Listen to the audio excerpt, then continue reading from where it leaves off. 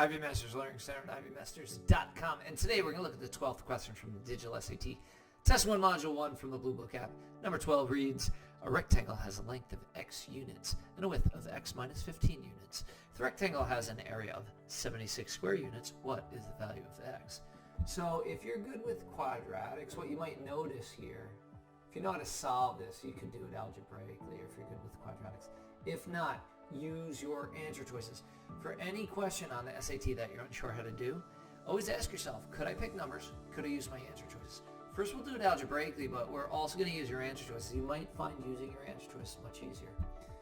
So it tells us that the length is x and the width is x minus 15. Remember what the formula for area is. Area equals length times width. So the area equals x times x minus 15. And it tells us that the area is 76. So actually, I'm going to put that in place anyway.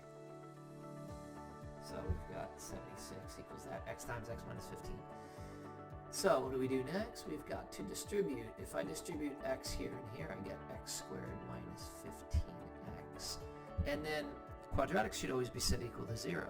So if you subtract 76 from both sides, what we get is x squared minus 15x minus 76 equals 0. Now, one thing I've learned through teaching SAT for so many years is when you've got a big number at the end, like a 76, you don't want to do like 1 and 76 and 2 and 38. That will take a long time. You want to think, hey, what is the square root of 76 about? And you might notice that it's between 8 and 9. So if you divide 8 in, it doesn't go evenly. And you just work down from about where the square root is. 8 doesn't go in evenly. 7 doesn't go in evenly. 6 doesn't go in evenly. 5 doesn't go in evenly. 4 goes in evenly. Okay. So now we're going to look to factor this with the 4.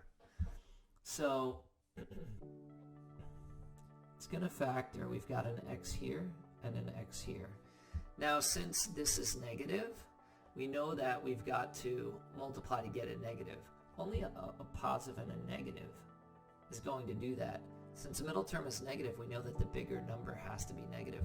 And if we divide 4 into that 76, it goes once, and you multiply, and you subtract. You've got your Desmos calculator for this, and you can see that it goes 19. So we said the bigger one's going to be negative. We said the smaller one's going to be positive. And sure enough, negative 19 plus 4 will give you that negative 15. So you know you've done it right. This equals 0. And then we would set them equal to 0 individually. X plus 4 equals 0. X minus 19 equals 0. Because remember, if what's in the first parenthesis is 0, it doesn't matter what's in the second parenthesis, the whole thing's going to be 0. If what's in the second parenthesis is 0, it doesn't matter. The whole second parenthesis is going to be 0. Subtract 4, add 19, add 19. This cancels. I wind up with x equals negative 4. Here cancels. X equals 19. Now, you can't have negative 4 as a length. So 19's got to be your answer. And sure enough, if you plug 19 in here, x equals 19, and add 19 minus 15 is 4. And if we did that 19 minus 4, that's your fact family. Of course, you're going to get 76 because 4 goes into 76 19 times. So you know you've got it right. Your x equals 19. You mark your answer and move on. Now, we talked about, hey, let's say you weren't able to do all that. How can you solve this question?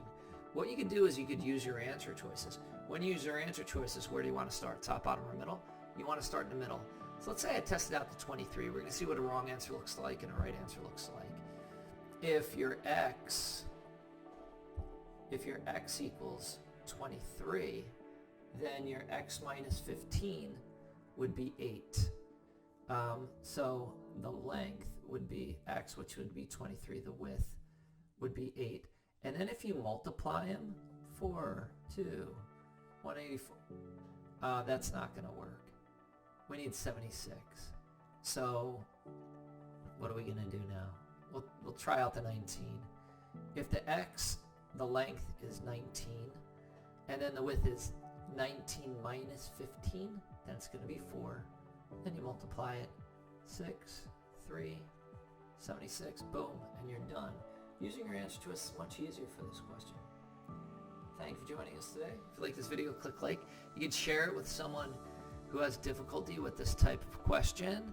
If there's any question you'd like to answer about any official PSAT or SAT or ACT, leave that in the comments. I'd be happy to shoot a video on it. Click subscribe so you don't miss anything, and check out our website.